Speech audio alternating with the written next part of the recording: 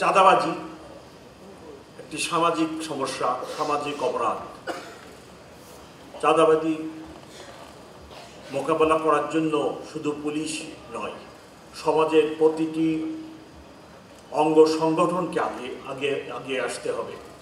কোথায় চাঁদাবাজি হচ্ছে, কারা করতেছে, চাঁদাবাজির বিরুদ্ধে একটি প্রতিরোধ গড়ে তোলা অত্যন্ত জরুরি হয়ে পড়ছে।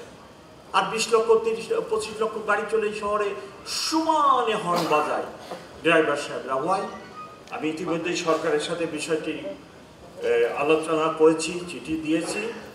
আমি পরিবেশ আইনে, সড়কের আইনে পরিবর্তন এনে আমার সার্জেন্ট যাতে স্পট যিনি হর্ন বাজাবেন তার বিরুদ্ধে তাকে প্রসিকিউট করতে পারে। আমি পুলিশ ভাইদেরকে বলতে চাই, যিনি আজকে কমিশনার সাহেব, ওনাকে বলতে চাই, পুলিশকে জনবান্ধব হতে হবে, পুলিশকে জনগণের কাছে কাছে যেতে হবে, পুলিশকে বুঝাতে হবে যে তারা এই দেশের একটা পার্ট।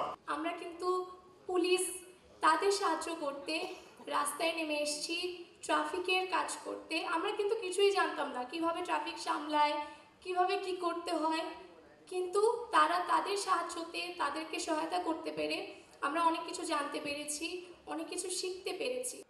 আমরা জনগণের বন্ধু হিসেবে কিন্তু পুলিশ চাই সব সময়, কোনো রাজনৈতিক ক্যাডার হিসেবে পুলিশ চাই না।